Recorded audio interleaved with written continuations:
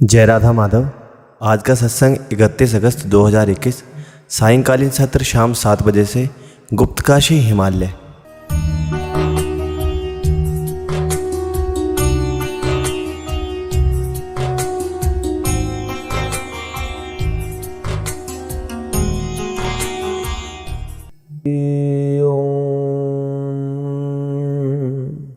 अज्ञानतिमिरान्धस्य ज्ञानाञ्जन शलाकया चक्षुरुन्मीलितं येन तस्मै श्री गुरुवे नमः। जय जय श्री राधारमण, जय जय नवल किशोर, जय गोपी चित्तचोर प्रभु, जय श्री माखन चोर।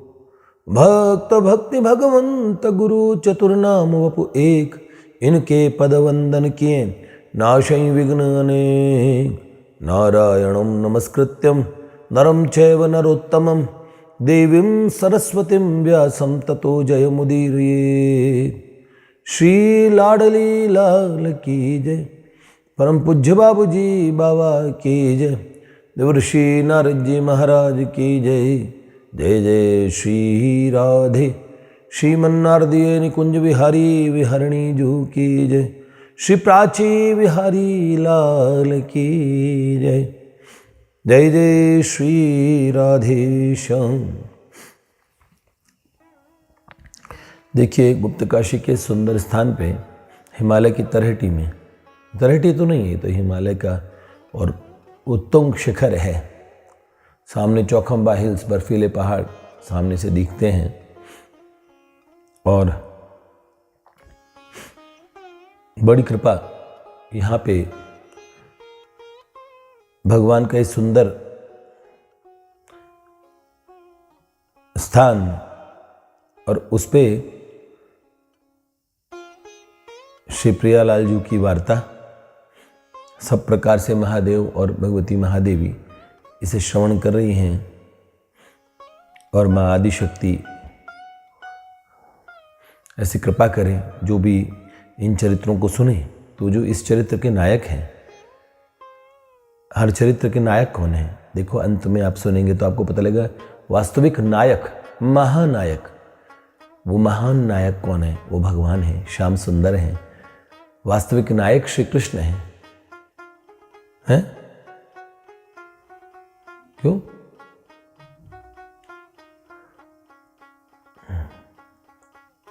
वो दृगंत चारु सायकम वाला क्या है? रसाल वीणु गायकम नहीं, उससे पहले कुछ और है। नमामि कुंज नायकम, कुंज के नायक हैं ठाकुर जी। तो वास्तविक तो कुंज क्या? ठाकुर जी की प्रेम स्थली है। अति सुंदर री ब्रजराज कुमार, महामृदु बानी बोलत है। अति सुंदर री ब्रजराज कुमार, महामृदु बानी बोलत है। लखनैन की कोर कटाक्ष चलाए के, लाज के गांठन खोलत है। लखनैन की कोर कटाक्ष चलाए के, लाज के गांठन खोलत है। सुनरी सजनी अलबेलो ललाए है, कुंजन कुंजन डोलत है। सुनरी सजनी अलबेलो ललाए है, कुंजन कुंजन डोलत है। रस खान लखे मन बूढ़ गयो, अब रूप के सिंधु कलोलत है। रस खाने लगे मन बूढ़ गयो, अब रूप के सिंधु कलोलत। बाबा रसखान कहते अति सुंदर री ब्रजराज कुमार। अरे सखी, ये जो ब्रजराज कुमार है अति सुंदर है। वो महामृदु बानी बोलत है। इतना प्यारा बोलता है ये ठाकुर, इतना सुंदर, इतना प्यार से भरा। महामृदु बानी बोलत है। और लखी नैन की कोर कटाक्ष चलाए, दृगंत चारु सायकम। चलाना ने नैनों से बाण रे कोई नहीं चला सकता, ठाकुर जी चलाते हैं। तो क्या, हाँ, लाज की गांठन खोलत है। फिर लाज, घर बार की लाज की गांठन खोलत है। फिर क्या, अरे सुनरी सजनी आलो बेलो लला। ये अलबेला लला का कुंजन कुंजन कुंजन कुंजन डोलत है। कुंजों में निकुंजों में ये डोलता है ये लला। तो क्या, रसखान कहते अरे सखी, जब से मैंने देखा रसखानी लखें मन बूढ़े गयो। अब दिल डूब गया है। क्या, अब रूप के सिंधु कलोलत है। मेरा मन कहाँ कलोल कर रहा है, रूप के समंदर में। तो ठाकुर जी हमारे वास्तविक नायक हैं। तो इन चरित्रों को सुनेंगे इस धाम में, तो माँ भगवती कृपा से जो चरित्र के नायक हैं वो आपके हृदय में बस जाएंगे। हम लोगों ने सुना वो कौन था, चटगांव के पास जो रियासत थी, वहां का शहजादा शायरा को न्योता दे गया कि अब की बार तुम आओगी, अब मैं नहीं आऊंगा। और जान का जोखिम लेके एक जिस साथी ने उसे वहां से भगाया था, उस तवायफ खाने से उसे भगाया, जिसका नाम था मीर किन्नर, उसकी हत्या तक हो गई। शायरा चटगांव के पास जो रियासत थी वहां पहुंचती है और वहाँ के राजा धीरेन घोष से मिलती है। वो मिलते ही सीधे शायरा को कहते हैं, नाम बताते हैं और कहते हैं कि मुझे ललित ने तुम्हारे विषय में बताया। और शायरा उनके घर में ठहर जाती है। बूढ़ी ठाकुर माँ ललित घोष की दादी कैसे स्वागत करती है शायरा का। पर उन्हें, बूढ़ी दादी को बड़ा दुख था कि मेरा युवान पोता, क्या कारण था कि रात्रि में और 24 परगना में इस लड़की से जाके मिलता है। उसने अपना नाम क्या बताया था, ललिता। तो कहता है, ललिता तुमसे ललित रात में आके मिला। अपने बेटे को, धीरेन घोष को, जो राजा थे, राजा धीरेन घोष को ठाकुर माँ कहती है, धीरेन तुम्हारी बहुत बड़ी लापरवाही है। मैंने कहा जब बच्चे बड़े हो जाते हैं उनका ठीक समय पे उनका विवाह कर देना चाहिए। ललित, देखो ललित ने जो कार्य किया वो हमारे पूरे कुल परिवार में किसी ने नहीं किया, न मेरे पतिदेव ने, ना तो ललित के दादा मोशाई ने, ना तुम ललित के पिता, न तुमने किया। पर ललित ने ऐसा अच्छा काम नहीं किया। फिर भी शायरा को देखती है और कहती, बेटी अब तुम्हें इसी घर में रहना है, क्योंकि तुम अच्छी ही होगी जब ललित ने तुम्हें पसंद कर लिया। ये बात थी। शायरा के हृदय में कितने अरमान पैदा हो जाते हैं और उसके मन में कितने ख्वाब उसने देखे। जल्द से जल्द उस सुंदर शहजादी को दोबारा देखने की इच्छा, चाहत। और उसमें शायरा ने सोचा, जब शायरा को घर वालों ने बताया कि अभी 7 दिन के लिए पास के गांव में एक जलसा है, ललित वहाँ गया है, देवी के उस जलसे से जब लौटेगा, अपने मित्रों के साथ लौटेगा, तो फिर बस उस समय तुम्हारी उससे भेंट होगी। शायरा ने सोचा 7 दिन बहुत उसे पल पल युग के समान लगता है, लेकिन सोचते हैं कि ये घर कितना अच्छा है। धीरेन्द्र घोष, राजा धीरेन्द्र घोष, ललित के पिता, उनके नेत्रों में ऐसा प्यार था, शायरा ने कभी पिता का प्यार नहीं देखा। और वृद्धा ठाकुर माँ, ललित घोष की दादी, उसे अपनी बेटी के समान प्यार देती हैं। और शायरा को बहुत अच्छा लगता है। शायरा से धीरे धीरे पूछती है, ठाकुर माँ देखो, ललित जो तुम्हारे पास बैठता था, क्या बात हुई? तो उन्होंने कहा, देखो ललित मेरे पास आते थे तो और वो मेरे पास आके मेरे से ताश खेलते थे। तो उन्होंने कहा, ताश खेलते थे? हाँ। तो धीरेन घोष चुपचाप जाते हैं, एक ताश की गड्डी लेके आते जो सोने के ताश के पत्ते थे। धीरेन घोष ने आके कहा, बेटी ये ताश थी ललित के पास? तो उन्होंने कहा, जी बिल्कुल यही ताश थी ललित घोष की। तो उन्होंने कहा, अच्छा। और एक दिन वो लड्डू लेके आए मेरे लिए। तो ठाकुर माँ चौंक गई। उन्होंने कहा, देखो मैंने ललित को कितनी बार कहा है अकेले खाया करो, इतनी बड़ी वृद्धा हूँ मैं, 100 वर्ष के आसपास मेरी आयु है, कैसे मर पड़ के तुम्हें बनाती हूँ ललित के लिए कि मेरा ललित खाएगा तो उसकी सेहत बढ़ेगी, अच्छा रहेगा, तो ललित को अच्छे लगते हैं, तो किसी प्रकार बनाती हूँ, पर कहती हूँ किसी को देना नहीं। देखो फिर भी ला के बांटता है। फिर अपने घर के वृद्ध नौकर को बुलाती है और उन्हें कहती है, सुनो तुम्हें मैंने रखवाली के लिए बोला है, ललित का ध्यान रखने के लिए, तुम ध्यान नहीं रखते। देखो मैं कहती हूँ ना, देखो लड्डू जाके उनको खिलाए, इसका मतलब ललित खाता नहीं है, तभी वो कमज़ोर हो गया है। ऐसे कहती हैं। बहुत वृद्धा ठाकुर माँ का स्नेह अपने पोते के प्रति इतना देख के और शायरा को बहुत आश्चर्य होता है और उसे लगा, फिर भी उन्होंने कहा, बेटी अब मैं तुम्हारे लिए भी लड्डू बनाया करूंगी। तो शायरा को इतना प्यार मिला, उस घर में वो घुल मिल गई। और 4 दिन, चौथा दिन आ चुका था प्रतीक्षा करते हुए। ललिता दिन गिनती है और अब मात्र 3 दिन ललित घोष के आने में बाकी है। ऐसी बात शायरा के मन में होती है। राजा धीरेन घोष ने एक दिन शायरा से पूछा, बेटी तुमने हमारे आसपास की हमारी जमींदारी का क्षेत्र, ये बहुत हरा भरा क्षेत्र है, तुमने कुछ देखा नहीं है, तुम चाहो तो बाहर घूमना चाहो तो घूम लो। तो उन्होंने बोला, हमारा एक पोखर है, बहुत सुंदर तालाब हम लोगों का बनवाया हुआ है, ललित वहाँ बहुत तैरता था, ललित को बहुत प्रिय वो तालाब, तो तुम उस अगर पोखर में स्नान करना चाहो तो जाओ, मैं पालकी वालों को बोल देता हूँ। शायरा ने कहा, जी।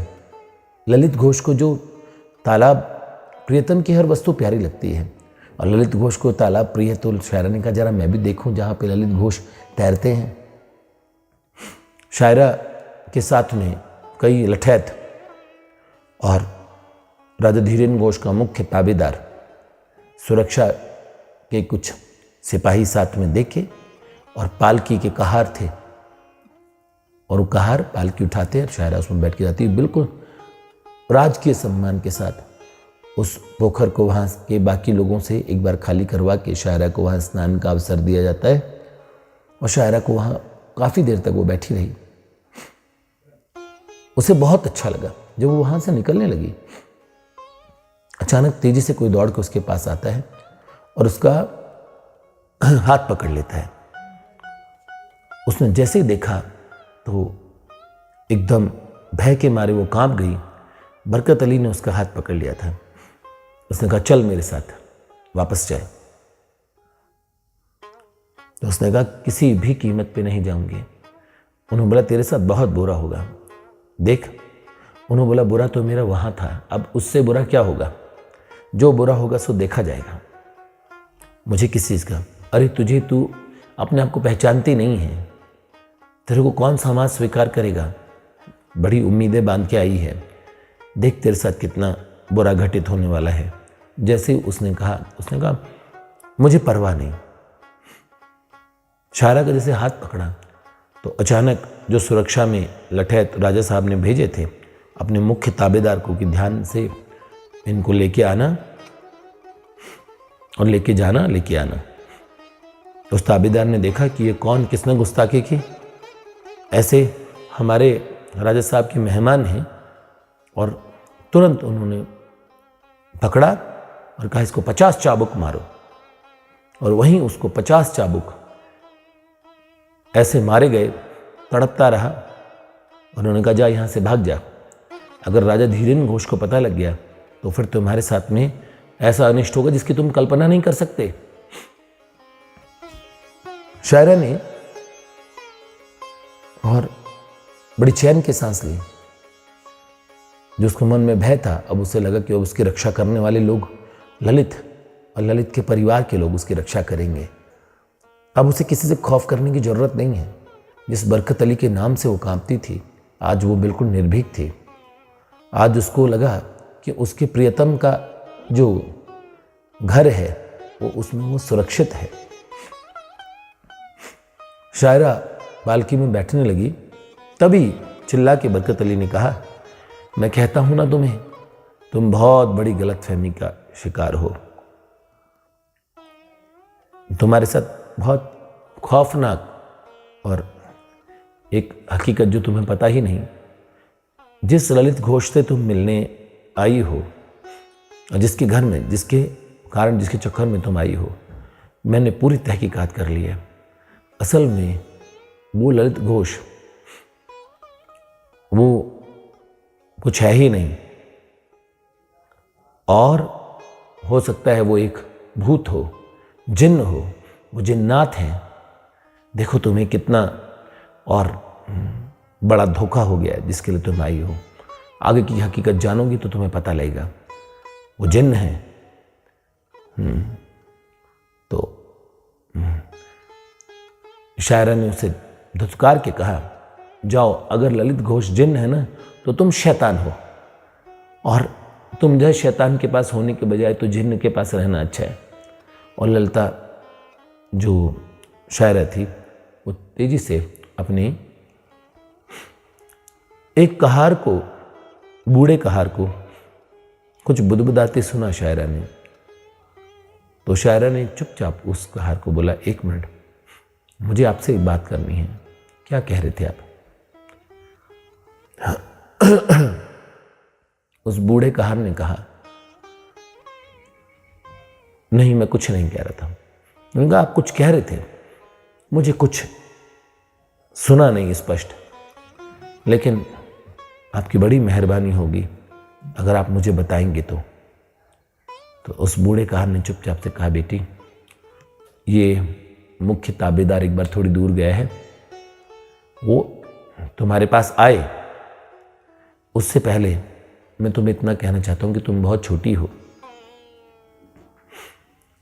ये जो घर है राजा ललित, राजा धीरेन घोष का जो घर, शायद बांग्ला में पागल खाने को पागला गारद या पागला जारद क्या कहते हैं, खैर इसे पागल खाना कहते हैं, पागला गारद कहते हैं, ऐसा।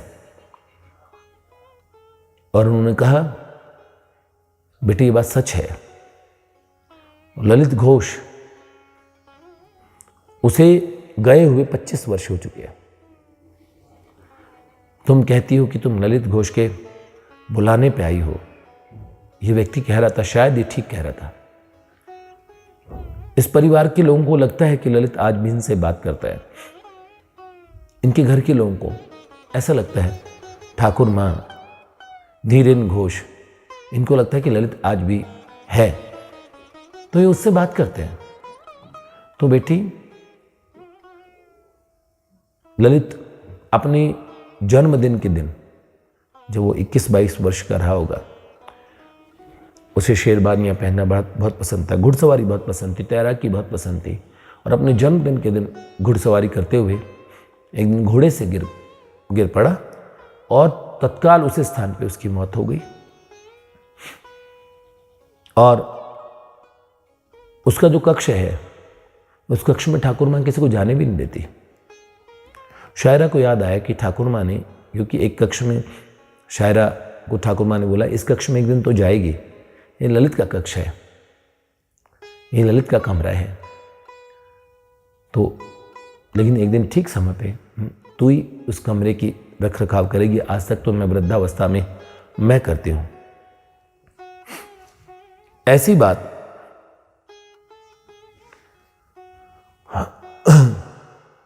शायरा ने सुनी। अचानक सामने से ताबेदार आ रहा था, कहार चुप हो गया। शायरा ने गंभीरता से पूछा, बताइए ना आप पूरी बात। तो उन्होंने कहा, नहीं, मैं कुछ नहीं जानता, आप ही जाने ना, मैं नहीं जानता। शायरा बड़ी गंभीर हो गई और बहुत घबरा गई और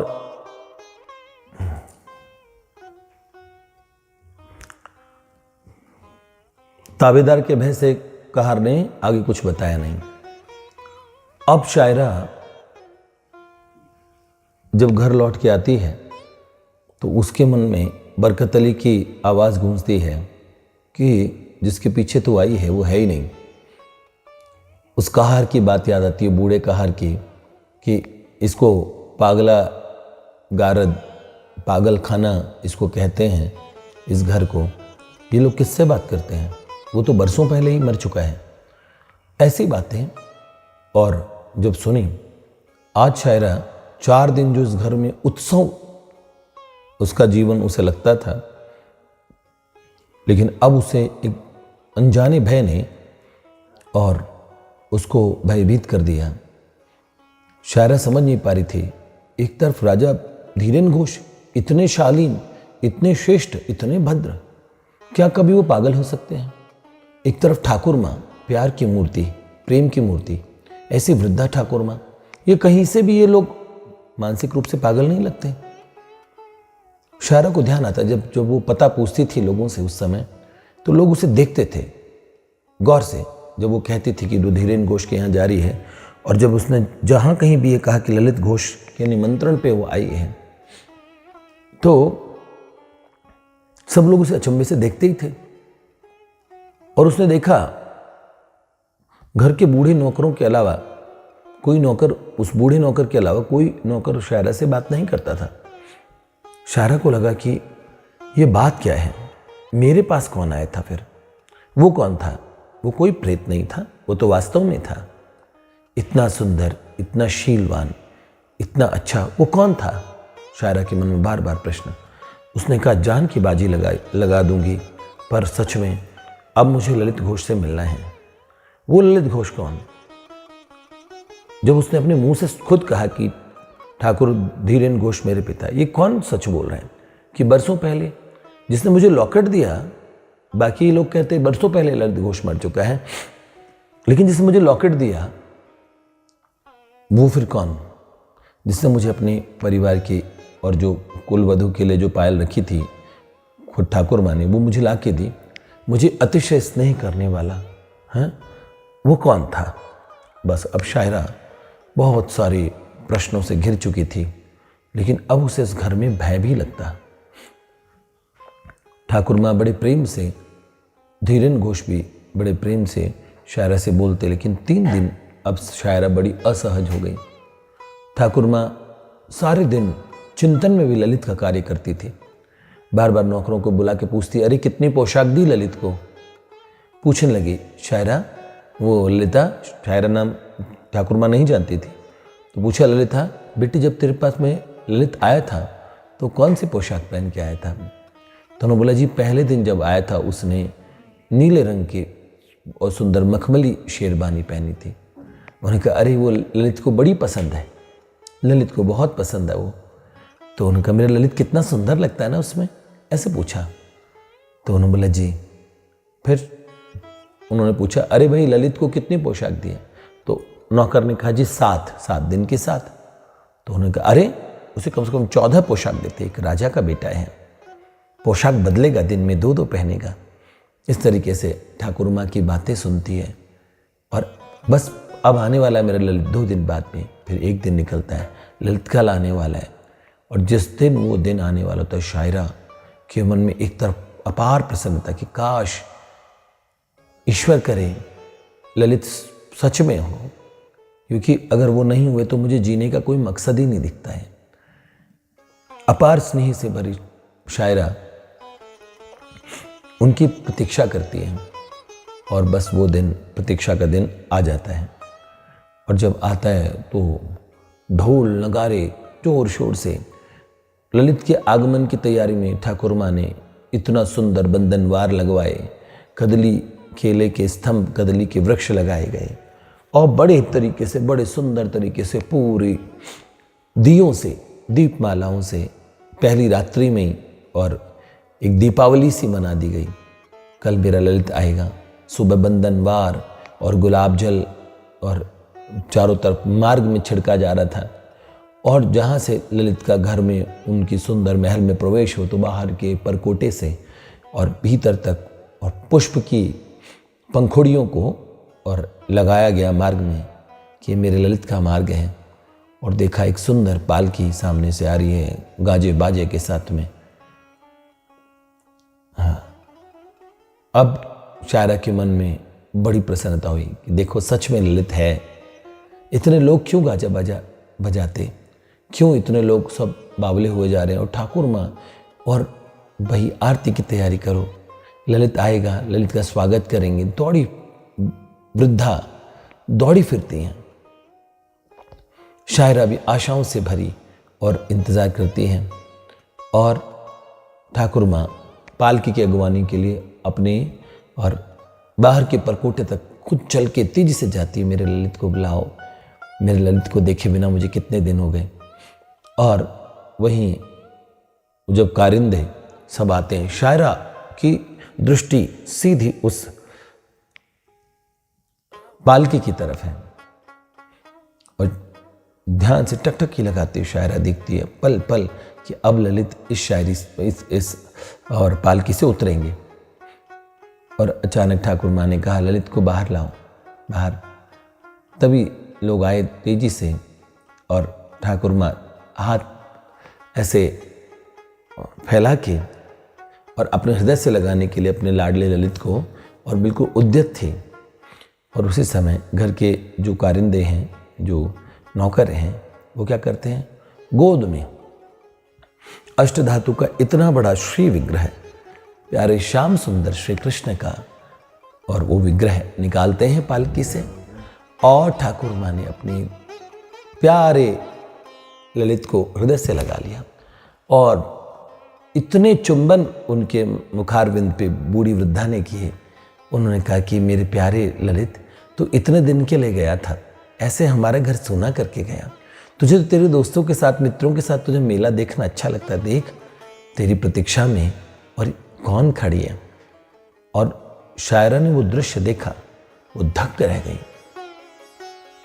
वो क्या जाने भगवान क्या होते हैं, वो क्या जाने मूर्ति, श्री मूर्ति क्या होती है, उसकी नज़र में ठाकुर सेवा क्या होती है, उसके संस्कारों में ही नहीं, दूर दूर तक भगवत भक्ति की बात छोड़ दीजिए, भ भी नहीं भक्ति का। शायरा ने कहा सच में ये तो पागल खाना है। एक बुद्ध को ललित बताया जा रहा था, क्या ये वो ललित है जो ललित मेरे पास आए थे? ये वो ललित नहीं है, मुझे धोखा दिया जा रहा है। असली ललित को छुपाया जा रहा है अपने बेटे को मुझसे बचाने के लिए। ये ठाकुर साहब, ये राजा धीरेन्द्र घोष इतने उदार बनते हैं कि इन्हें कोई फर्क नहीं पड़ता। अवश्य ही इनके बेटे ने मेरे विषय में बताया होगा, तो मुझे मूर्ख बनाने के लिए और इस बुद्ध को तो ललित बताएंगे, वास्तविक ललित को छुपाएंगे। ये मेरे प्रियतम और मेरे प्रेम को, आखिर समाज के लोग एक जैसे होते हैं। मुझे ठीक लगता था कि हमें स्वीकार क्यों करेंगे ये लोग। शायरा को लगा इस बुद्ध को, ये ललित है, ये बुद्ध, ये ललित नहीं हो सकता। मेरे ललित को तो मैंने देखा है, वो तो बोलता है, ये बुद्ध कुछ बोलता भी नहीं, ये एक हाथ का बुद्ध। और ऐसे कह के शायरा, जैसे ठाकुर माँ ने कई बार आवाज लगाई, ललिता देख, ललित आया है, कितना थक गया है। और शायरा पीछे कदम मुड़ के अपने कक्ष में जाती है, बहुत रोती है। इधर ठाकुर माँ इतना स्वागत करती है ललित का। ललित को विश्राम कराया जाता है, उसके सामने कई प्रकार के शरबत रख दिए जाते हैं, कई प्रकार के फल इत्यादि से। और ललित थका है, पंखा झलो, खुद बूढ़ी वृद्धा लग जाती है, इतना प्यार करती है। और बात ललित, ललित को देखो, ललित के लिए सो। अब घर में ललित ललित का शोर है, बूढ़ी वृद्धा का शोर सुनता है। धीरेन्द्र घोष जो इतने धीर और इतने गंभीर, इतने शीलवान, स्नेह से ललित की छाती से लग लग के अश्रु पात करते हैं। शायरा को बात समझ नहीं आती। उन्हें लगा कि ये लोग किसी तरह ठग तो लगते नहीं, इनकी बातों में झूठ भी नहीं लगता, ये लोग फरेबी भी नहीं लगते, फिर ये ऐसा क्यों कर रहे हैं? साफ मना कर देते कि तुम्हारे लिए जगह नहीं है हमारी दुनिया में। हाँ, लेकिन ऐसा मेरे भावों के साथ खेलना और मेरा परिहास उड़ाना, मजाक उड़ाना, शायरा बहुत दुखी हो जाती है। और इधर उत्सव, खूब उत्सव, घर में नृत्य गान इत्यादि चलता है। शायरा के मन में आती है कि मैं राजा धीरेन घोष से सीधे प्रश्न पूछूंगी कि आपने ऐसी बातें क्यों की मेरे साथ में। 7 दिन तक मेरे हृदय में बात यह कि मेरे एक भाव ऐसे बन चुके थे, आपने मेरी सारी उम्मीदों को और खाक में मिला दिया। शायरा ने राजा धीरेन घोष से आके सीधे उनके कक्ष में गई तो उन्होंने कहा, बेटी हम तुम्हारी और प्रतीक्षा कर रहे थे, तुम किसी उत्सव में सम्मिलित नहीं हुई।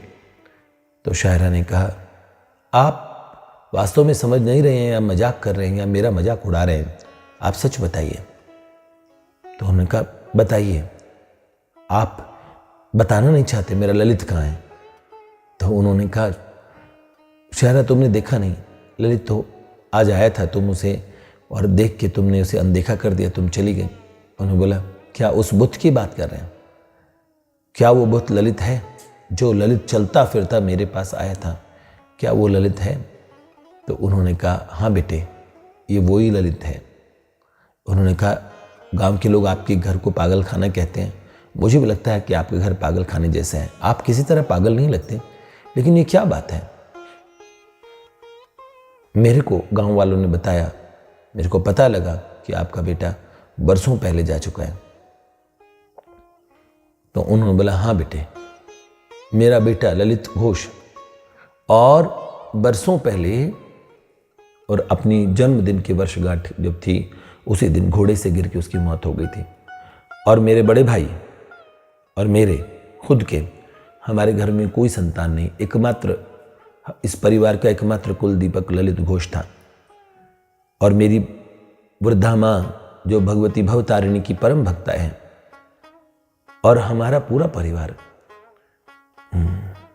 मेरी माँ भगवती देवी माँ की उपासक है और मैं जिनकी उपासना करता हूँ वैष्णव उपासना, गौड़ीय वैष्णव की श्यामानंदीय परंपरा में, और मेरी गहरी आस्था है श्री कृष्ण के प्रति, मेरे हृदय में अथाह अनुराग है। और उन्होंने कहा, बड़ी निर्मल हृदया मेरी माता ठाकुर माँ, वो भी भगवान से उनका अतिशय स्नेह है। जब मेरे बेटे की मौत हुई तो उस समय हमारे घर के एकमात्र कुल दीपक के बुझ जाने से घर में इतना और दुख का सागर था जिसमें हमें कोई था नहीं मिल पाती थी। उस समय मेरे पूज्यपाद गुरुदेव जब घर पे पधारे तो घर में ऐसा दुख भरा माहौल देख के, ठाकुर माँ का ललित से बड़ा स्नेह था, ललित को तैराकी पसंद थी, सुंदर शेरबानियाँ पहनना, सुंदर श्रृंगार करना ललित को बहुत प्रिय था। तो उन्होंने कहा, अब हमारा कोई नहीं है। जब ठाकुर माँ ने अपना सारा दुख मेरे पूज्यपाद गुरुदेव के श्री चरणों में और जब प्रकट किया तो बड़े कृपालु गुरुदेव ने बड़ी कृपा दृष्टि से प्रेम पूर्वक देखा। उन्होंने कहा, आपका परिवार परम भक्तों का परिवार है, ठीक है, और आपके परिवार में ये पूज्य ठाकुर माँ ये संतों से किसी प्रकार से भी कम नहीं, भगवान में इनकी गाढ़ आसक्ति है, लेकिन वो आसक्ति 2 जगह बटी हुई थी। एक जगह तो ठाकुर जी में और एक जगह अपने पोते में। भगवान ने वो आसक्ति एक जगह कर दी। अब ललित घोष का सारा जो प्रेम है मैं तुम्हें देता हूं, और कल ललित घोष पूरी तरह समाहित हो जाएंगे। कहां पे? किनमें? ललित किशोर में, ठाकुर ललित किशोर में। और एक सुंदर उत्सव के आयोजन का आदेश दिया गुरुदेव ने, और फिर गुरुदेव एक सुंदर श्री विग्रह लेके आए, उनका नाम रखा ललित किशोर। पर वृद्धा मां को वो ठाकुर जी में क्या दिखते थे? वो कहने लगी उन्हें प्रेम से ललित घोष, क्योंकि धीरेन घोष के पुत्र वृद्धा दादी उन्हें उसी दिन से पहली बार बोलते ही वो भक्त हृदया वृद्धा भगवान के दर्शन नहीं किए थे, लेकिन भगवान के श्री विग्रह को वो सच में अपना पोता ही मान बैठे। अब जैसी वो सेवा, जैसी और परिचर्या सब ठाकुर जी की वो अपने पोते की करती थी, बस ये मेरा पौत्र है, सर्वथा उन्होंने अपने पोते का वियोग भूल गई और मन में एक हिस्से में भी संशय नहीं रखा कि ये ललित घोष नहीं है। अब वृद्धा दादी इतना प्यार करने लगी, इतना प्रेम करने लगी ललित से, क्योंकि उनको बड़े वियोग के बाद ललित मिला था। तो अब ललित के प्रति जो स्नेह था वो सैकड़ों गुना बढ़ चुका था। अब उस ललित से इतना प्यार करती, अपनी नज़रों से दूर न होने देती। पल पल ये खाएगा ललित, ये पहनेगा ललित, सारे दिन ललित की पोशाक बनाना, उनके लिए भोजन बनवाना, अच्छे अच्छे मिष्ठान बनवाना। खुद बूढ़ी वृद्धा माँ रसोई में जा जा के देखती क्या बनता है ललित के लिए, सर्दियों में ललित क्या खाएगा, कहाँ पे अंगीठी लगाएंगे, ललित को गर्मियों में गर्मी लगेगी, किस तरीके से हम इत्र का छिड़काव करेंगे, ललित को कैसे आना। तो ललित को प्रसन्न करने के लिए और उनके इसी प्रेम पाश में बंध गए अनंत कोटि ब्रह्मांड नायक प्रभु स्वयं। और प्रभु ने मान लिया अपने आप को उस वृद्धा का पोता। और एक दिन वृद्धा ने प्यारे श्याम सुंदर को अतिशय स्नेह किया और तभी उसमें से निकल के आया इतना सुंदरतम स्वरूप स्वयं श्री कृष्ण ललित घोष की पोशाक में। धीरेन घोष ने हाथ पकड़ के शायरा से कहा, बेटी एक बार चलो ललित के कक्ष में। ललित के कक्ष में ले गए, ललित का जहाँ सामान था सब। तो उन्होंने ललित का चित्र जो उन्होंने बनवाया था चित्रकार से, वो चित्र दिखाया। क्या ललित घोष ऐसे दिखते थे? तब उन्होंने कहा नहीं, ये ललित घोष तो नहीं है। उन्होंने कहा देखो बेटी, मेरे बेटे का ललित घोष एक मृत्य जीव था, एक मरण धर्मा जीव जो 5 तत्वों से बना था। वो उस अथाह अपार सौंदर्य को कहाँ से लाएगा। लेकिन देखो जो तुम्हारे पास ललित घोष आए, इस धीरेन घोष के बेटे बन के, वो वास्तविक भगवान श्याम सुंदर श्री कृष्ण थे और श्री कृष्ण ही ललित घोष बन के आए। ठीक है, तो उन्होंने कहा बेटी ये बात है जिसके कारण और तुम्हें ऐसा लगता है वो श्री कृष्ण है। उन्होंने बोला बहुत मेरी माँ का उनके प्रति अथाह प्रेम देख के जब श्री कृष्ण उनके पास प्रथम बार आए ललित घोष की पोशाक में, तब से वृद्धा दादी बस भूल गई कौन ललित घोष था। अब उनके लिए ललित घोष, ये ललित किशोर ही ललित घोष है और उनका घोष खानदान का कुल दीपक। वृद्धा सारे दिन उनसे बात करती है, तू मेरा कुल का दीपक है, तेरी अच्छी बहुरानी लाऊंगी, तो हमारी कुल की मान मर्यादा का ध्यान रखना, देखना किसी छोरी के चक्कर में मत लग जाना, लाला बाहर मत जाना। सब जगह हमेशा बोलती, नौकरों को बोलती, मेरे ललित पे नजर रखो। हम जानते हैं सब लोग हमें पागल कहते हैं, इस वृद्धा को पागल कहते हैं, मुझे पागल कहते हैं। उन्होंने कहा कि ललित के प्रति अपार भाव से मेरे को ललित की सुंदर वाणी सुनने लगी और उन्होंने कहा मैंने कभी ललित को देखा नहीं था, कभी नहीं देखा था, लेकिन एक दिन मेरे को दृढ़ विश्वास था कि वो मुझे भी दिखेंगे जैसे मेरी वृद्धा माँ उन्हें देखती है। वो उनके लिए पीतल का बुत नहीं है, पीतल की मूर्त नहीं है, स्वयं भगवान है उनके लिए। तो उन्होंने कहा एक दिन ललित मेरे पास आया और आते ही उसने कहा बाबा, मुझे बड़े प्रेम से बाबा कहा और कहा बाबा मैं 24 परगना में और ऐसे शायरा से मिल के आया हूँ और मैं चाहता हूँ कि आप अपनी पुत्र वधू के रूप में उसे स्वीकार करें, इस घर में स्थान दें, वो आदर दें जो आदर उसे कभी नहीं मिला, जो उसे माता पिता का वात्सल्य स्नेह नहीं मिला, आप उसे वो दें, मैं उसे स्वयं और अपने। तो उन्होंने देखा कि ललित के गले में ये ललित का लॉकेट, ललित हमने भगवान के श्री विग्रह में जो गले में जो पहनाया था वो ललित ने उतार के दिया था। तो उन्होंने कहा देखो ललित की पोशाकें छोटी छोटी है, पर वही ठीक पोशाक जो हमने बनवाई है वैसी पोशाक ललित पहन के तुम्हारे पास गया था। ताज बेगम के चरित्र में मैंने बताया था ना, ठाकुर जी की इतनी सी नाप लेके पोशाक बनाई, तो कह लाला आप तो इतने से हो, और आप जानते हो ना ठाकुर ने ताज बेगम ने जो छोटी पोशाक बनाई थी आप जानते हो भगवान जब प्रकट हुए तो उन्होंने वही पोशाक पहनी थी, पूरी अपनी सुंदर स्वरूप में ठाकुर जी ने वो पोशाक पहन के आए थे। आपके ठाकुर जी इतने से बड़े हैं ना, इतने से बड़े क्यों ना हो, इतने से बड़े क्यों ना हो, इतने बड़े क्यों ना हो, याद रखना आप उन्हें जो पोशाक पहनाएंगे ना ठाकुर जी धारण करते हैं वो, और जब आपके सामने प्रकट होंगे तो आपकी पोशाक पहन के भी आ सकते हैं। ठाकुर जी तो बहुत प्यारे हैं।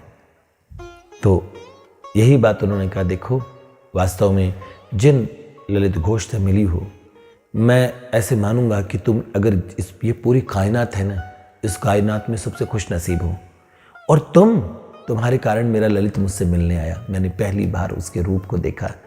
उसने मुझे बाबा कह के बोला, बाबा, और आशा करता हूँ आप में जिसे मैंने बुलाया हो आप उसको आदर देंगे।